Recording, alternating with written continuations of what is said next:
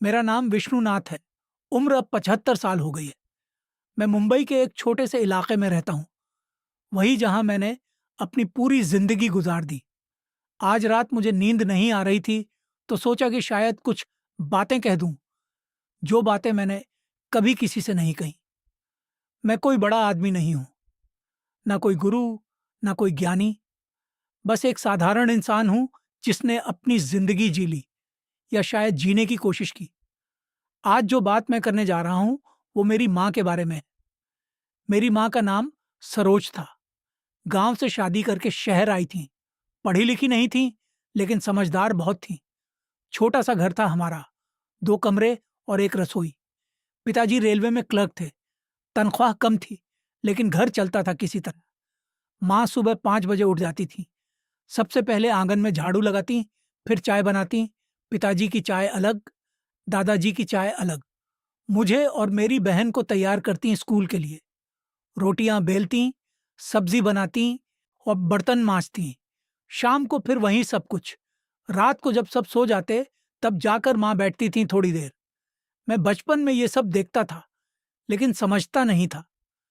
मुझे लगता था कि माँ का काम तो यही है ना, घर संभालना, खाना बनाना, हम सबकी देखभाल करना।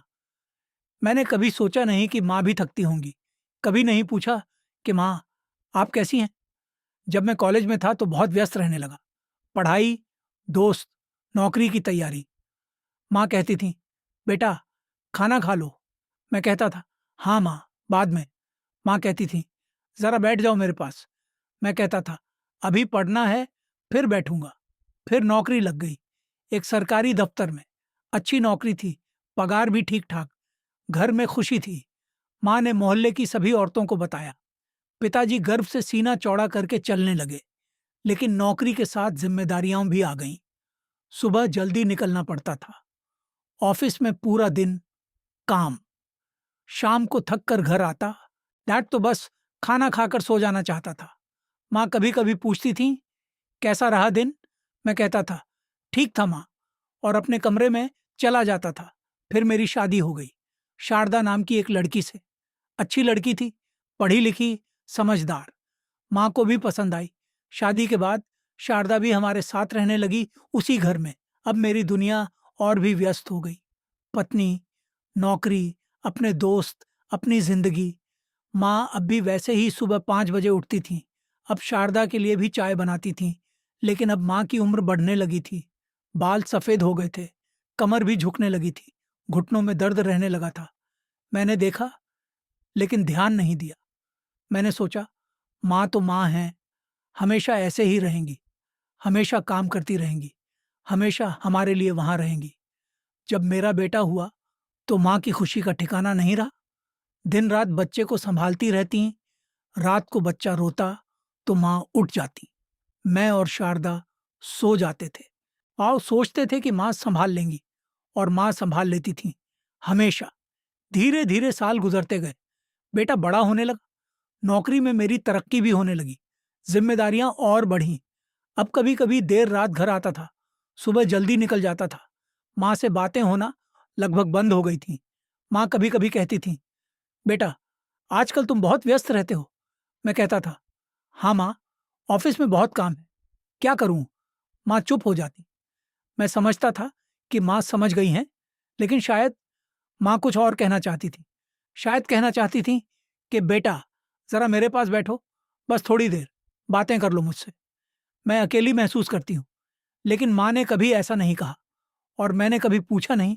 एक दिन माँ को बुखार आया, तेज बुखार। हमने डॉक्टर को बुलाया। डॉक्टर ने दवाई दी, कहा बुढ़ापे में ऐसा होता है, ध्यान रखिए। हमने दवाई दी, खाना खिलाया, और सोचा कि ठीक हो जाएंगी। माँ ठीक हो गई, लेकिन पहले जैसी नहीं रही। अब ज्यादा थकी हुई रहने लगी। कभी कभी सांस फूलने लगती थी। मैंने देखा, लेकिन सोचा कि उम्र का असर है। फिर से वही सोच, माँ तो माँ है, हमेशा रहेंगी। फिर एक रात मुझे याद है, वो रात जनवरी की ठंडी रात थी। मैं ऑफिस से देर से आया था, थका हुआ था। खाना खाया और सोने चला गया। रात को 2 बजे शारदा ने मुझे जगाया, कहा माँ जी की तबीयत बहुत खराब है। मैं उठा, माँ के कमरे में गया। माँ बिस्तर पर लेटी थी। सांस लेने में तकलीफ हो रही थी। उनका चेहरा पीला पड़ गया था। मैंने तुरंत एम्बुलेंस बुलाई। हम माँ को अस्पताल ले गए। अस्पताल में डॉक्टर ने कहा, दयन दिल का दौरा पड़ा है, काफी गंभीर है, पहले क्यों नहीं लाए? मैं क्या जवाब देता? मैंने सोचा ही नहीं था कि माँ को दिल की बीमारी हो सकती है। मैंने कभी पूछा ही नहीं था कि माँ को कहीं दर्द तो नहीं है। माँ ने भी कभी बताया नहीं। शायद नहीं बताना चाहती थी। शायद सोचती थी कि मैं व्यस्त हूं, परेशान हो जाऊंगा। अस्पताल में 2 दिन माँ आईसीयू में रहीं। मैं और शारदा बाहर बैठे रहते थे। मैं माँ को देखता था, कांच के उस पार, मशीनों से जुड़ी हुई, और मुझे लगता था कि ये वही माँ है जो हर सुबह 5 बजे उठती थी, जो मेरे लिए रोटियां बेलती थी, जो मेरे बेटे को रात भर जगाती थी। तीसरे दिन डॉक्टर ने कहा कि माँ की हालत स्थिर है, हम उन्हें घर ले जा सकते हैं, लेकिन बहुत देखभाल की जरूरत होगी। हम माँ को घर ले आए। मैंने छुट्टी ली ऑफिस से। शारदा ने पूरा ध्यान रखना शुरू किया। हम माँ को दवाइयाँ देते, खाना खिलाते, उनके पास बैठे रहते, और उन दिनों में, और पहली बार मैंने माँ को असली में देखा। उनके चेहरे की झुर्रियाँ, उनकी थकी हुई आंखें, उनके कांपते हाथ। मैंने देखा कि माँ बूढ़ी हो गई थी। कब हो गई मुझे पता ही नहीं चला। मैं माँ के पास बैठता था और सोचता था, कितने साल हो गए जब मैंने माँ से ठीक से बात की थी। कब मैंने आखिरी बार पूछा था कि माँ, आपका दिन कैसा रहा? कब मैंने माँ को बस ऐसे ही गले लगाया था? माँ धीरे धीरे ठीक होने लगी, लेकिन पहले जैसी नहीं हुई। अब बहुत कमजोर हो गई थी। चलने में दिक्कत होती थी। ज्यादातर बिस्तर पर ही रहती। कि एक दिन मैं माँ के पास बैठा था। माँ ने मेरा हाथ पकड़ा और कहा, बेटा, तुम्हें मेरे लिए इतना सब नहीं करना चाहिए। तुम्हारी नौकरी पर असर पड़ेगा। मैंने कहा, माँ, नौकरी से ज्यादा जरूरी आप हैं। माँ मुस्कुराई, एक हल्की सी मुस्कान, और कहा, तब तुम हमेशा अच्छे बेटे रहे। मैं जानती हूं तुम व्यस्त रहते थे।